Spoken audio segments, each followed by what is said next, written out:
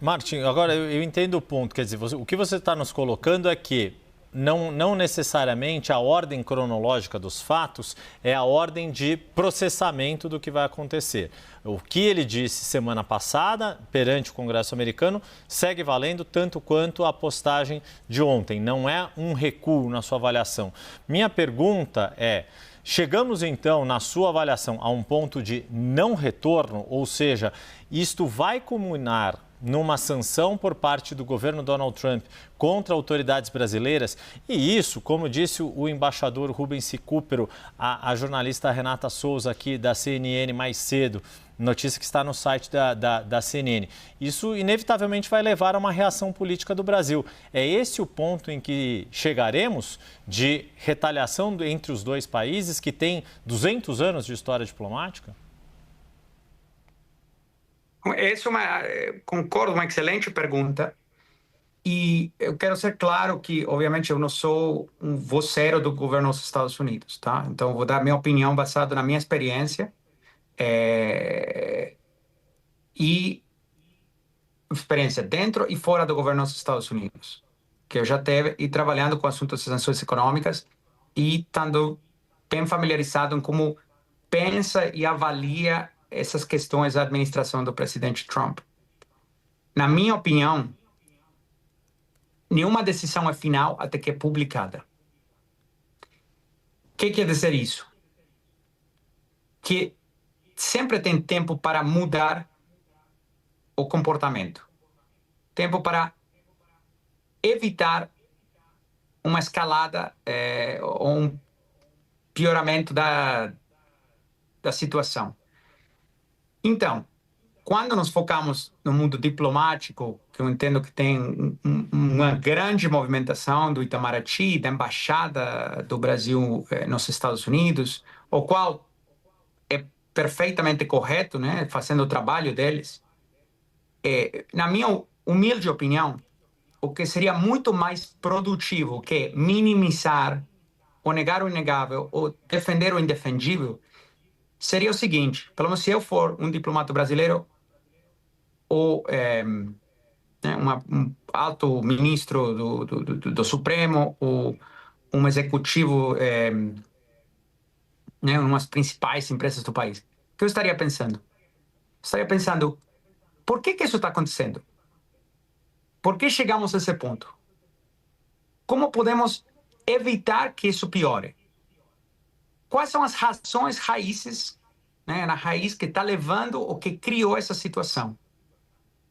Tem outros ministros do Supremo Tribunal Federal que encaminharam ordens judiciais sigilosas para empresas americanas dentro do território americano para censurar a cidadãos americanos e bloquear monetização de contas dentro do território dos Estados Unidos?